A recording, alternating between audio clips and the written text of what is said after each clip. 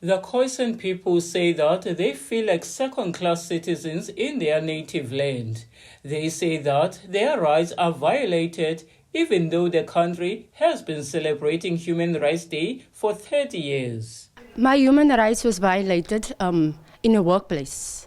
As I was working, I was violated on many grounds. When it comes to wages, when it comes to me being a very good employee, my rights was very downgraded, and that made me to be more active in the community, to work as a young lady, to help the community just to know their rights. Even when applying at colleges, I applied at colleges. I stayed in a colored area, a predominantly colored area, where it was, the college was there, and I didn't even get accepted in the college. So I also feel like that was also a violation of my rights as a Khoisan woman. And I really hope moving forward this can change for us. I hope that we can get the recognition that we deserve as human beings, first of all. Secondly, as Khoisan colored people, that we do want to work, we do want to study, we do want to provide for our families, we do want healthy, normal lives, and we do want to be productive citizens. Nama Chief Reverend Leonard John Sater says, as a survivor of the 1985 Langa shooting massacre, feels that they are neglected and that the South African government is doing nothing to assist them.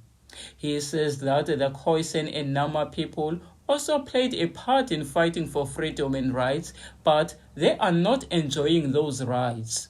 I am also a survivor of 21st March 1985. We were shot there, dead. Others die, other bodies disappear. Some people who was witness on court, because they told the truth, they were ambulance drivers, they disappeared because that truth must be closed. Now today in this generation, government has two powers, center powers here. Is those who are voted in, and the community is the power. But the government officials, all of them for the 30 years, they failed dismal the service delivery, because why? What they do, the marginalizing continue.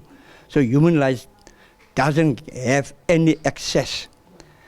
So community themselves fail also their part, because when they voted the human rights manifesto, they was aware they are the power and not those who voted in.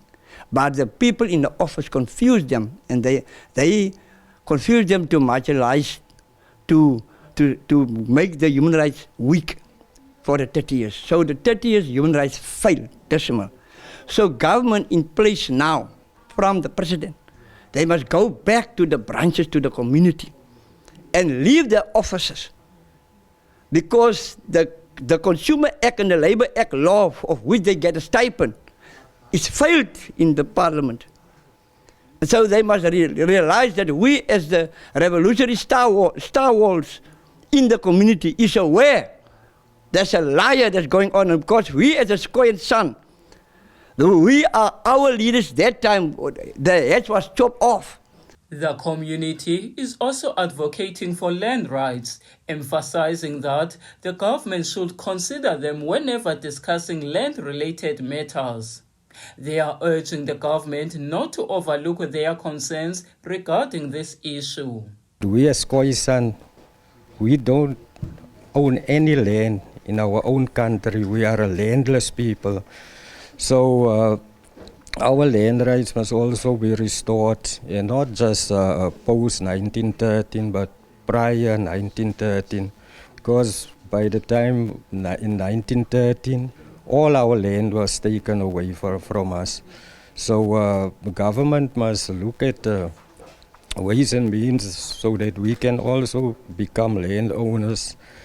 South Africa adopted the United Nations Declaration on the Rights of the Indigenous People in 2016, which places various responsibilities on member states. The declaration prohibits discrimination against indigenous people and advocates for their complete and active involvement in all issues that affect them. The chairperson of South African Human Rights Commission, Chris Nissen, has stated that the commission has presented the national hearings on the rights of Khoisan and Nama people in Parliament. We've presented the report to Parliament. We've presented it, and then COCTA, the Department of, taken it up and have called several meetings together, and has given departments, the different departments, like even including PANSALP, social development, all of those departments dealing with the Khoi and the San issues, to give them a timeline, a time frame. It's an appropriate time for us now because that report is quite more than 8 years old, and as the commission, we've got a commissioner, Commissioner Quinana, that's dealing with the issue around indigenous people.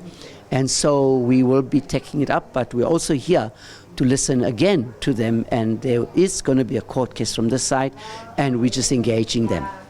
The Human Rights Commission says it is going to ensure that Khoisan and Nama people get recognition in this country. Reporting for MPK TV News, I'm Zanle Pokwana in Kariega.